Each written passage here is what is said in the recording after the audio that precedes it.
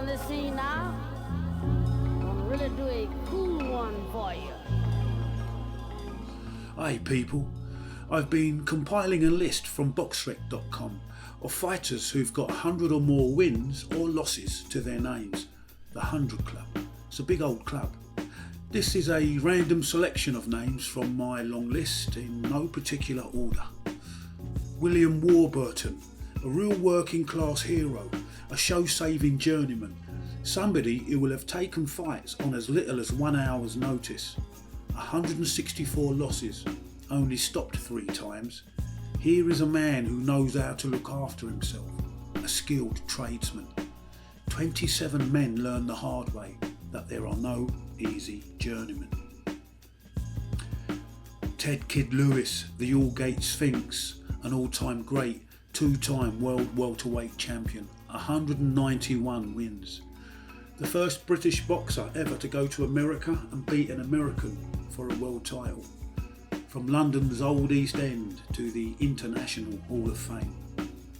P.T. Saron, a featherweight from Birmingham, Alabama, another International Hall of Fame member, active from the mid-1920s through the 1930s. 101 wins, 23 losses, only stopped once in 136 fights, and that was by the great Henry Armstrong. Jimmy Reed from Erie, Pennsylvania, 103 wins from 207 bouts, 69 losses, knocked out 21 times with 29 draws. No photo or additional info. Back in the 1920s and 30s.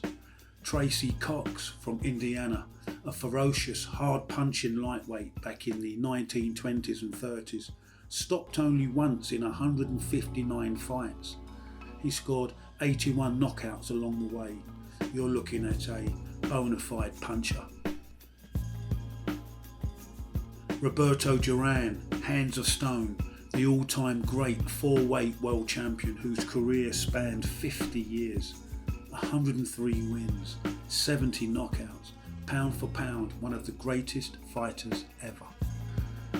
Fonz Alexander from Newark, Nottingham, yes, mentioned in the same breath as Roberto Duran.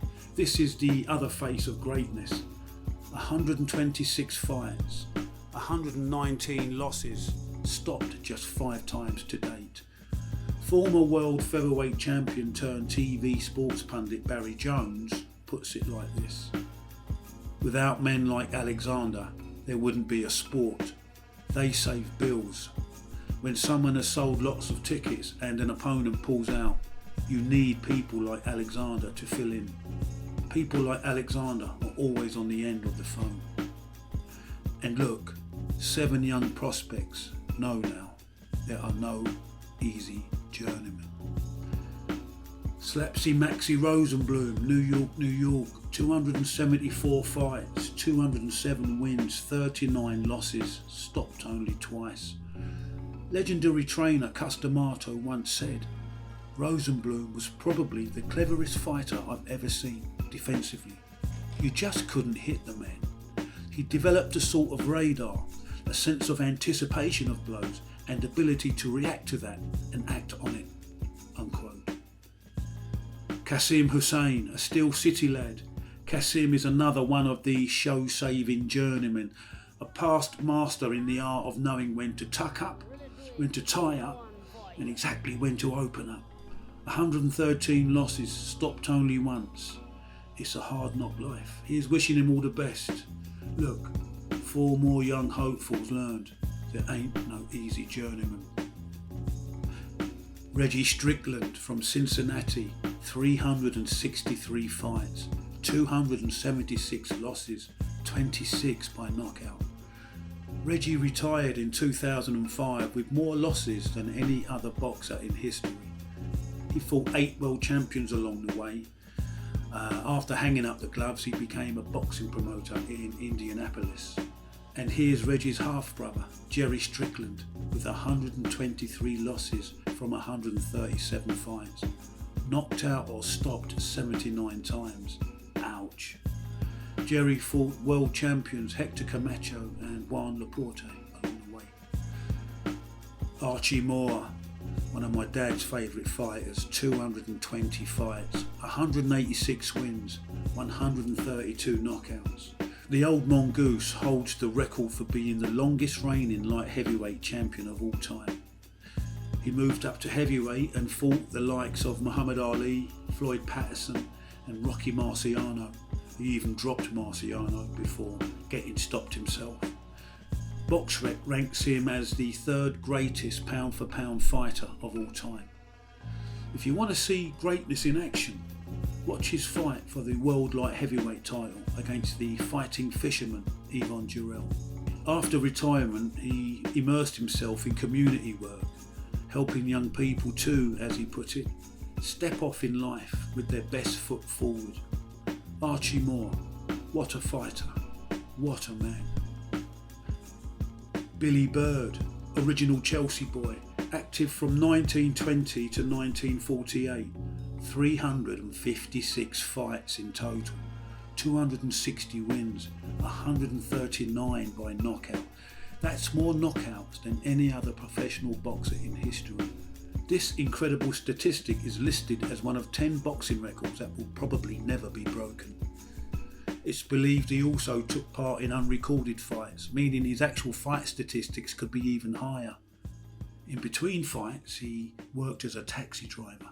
Now, Billy Byrd's numbers are sky high, but George Tishi Marston and Len Wickwar's numbers take us all into orbit.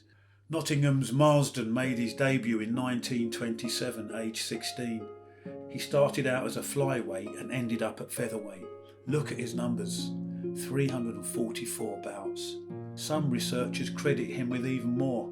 I've seen the number 375 from another source. Len Wickwar made his debut a year later in 1928, aged 17. Leicestershire born and bred, he has to his name more professional fights than any other boxer in history, 473. 340 wins, 94 by knockout. That's more wins than any other boxer on the BoxRec database. Len started out at flyweight and finished up at welter.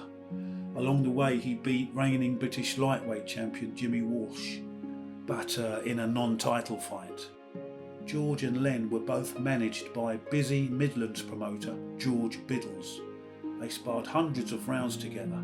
More than gym mates, they were good pals. Both served in World War II and both came back in one piece. After the war, Tishi fought 7 more times before retiring, while Len had just 4 more before hanging them up. And then they both went separate ways in life and grew old, like we all do. Right at the death, fate stepped in to seal the legend. George Tishi Marsden and Len Wickwar both died on the exact same day, June the 1st, 1980. Brothers in arms, they all are.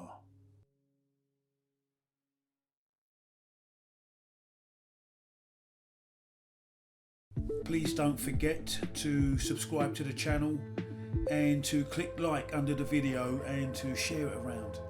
And I'll see you for the next one. Cheers.